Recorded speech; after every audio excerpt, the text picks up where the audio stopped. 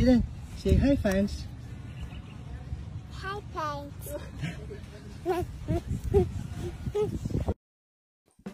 Anak ni Jeneline Mercado at Dennis Trillo nagse-celebrate ngayong araw ng second birthday. 2 years ago, you made us the happiest parents in the world.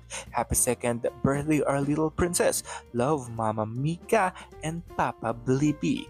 Yan, parang nag-birthday din at yan ang team ng anak ni Jen na si Alex Jazz noong nakaraan. At ito naman, tignan mo naman, napakaganda at napaka-cute ni Dylan Jade dito. Kitang-kita mo talaga na maganda ang magpapalaki ni na Dennis at Jeneline sa kanilang unika iha. Nasa isang resort sila para i-celebrate ang kaarawan ni Baby Dylan at para na rin mag-unwind ang dalawang ito dahil alam naman natin na nagtatrabaho sila para sa kanilang reunion movie na mapapanood na natin this year.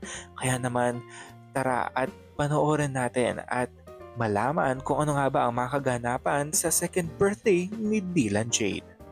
Ito naman last year para sa kanyang first birthday na napakabongga at pinagplanuhan talagang mabuti ni Dennis at Jeneline para sa kanilang unika iha. Ngunit ngayong second birthday, pinili nilang mas intimate, mas pribado at nasa isang resort sila para i-celebrate ang kaarawan ng napaka-cute at napakagandang si Baby Dylan Jade Ho. Again, happy birthday Baby Dylan!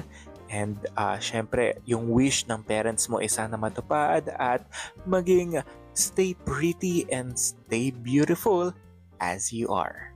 This has been Jay Kumanangan TV. Thank you for watching. Don't forget to like and subscribe.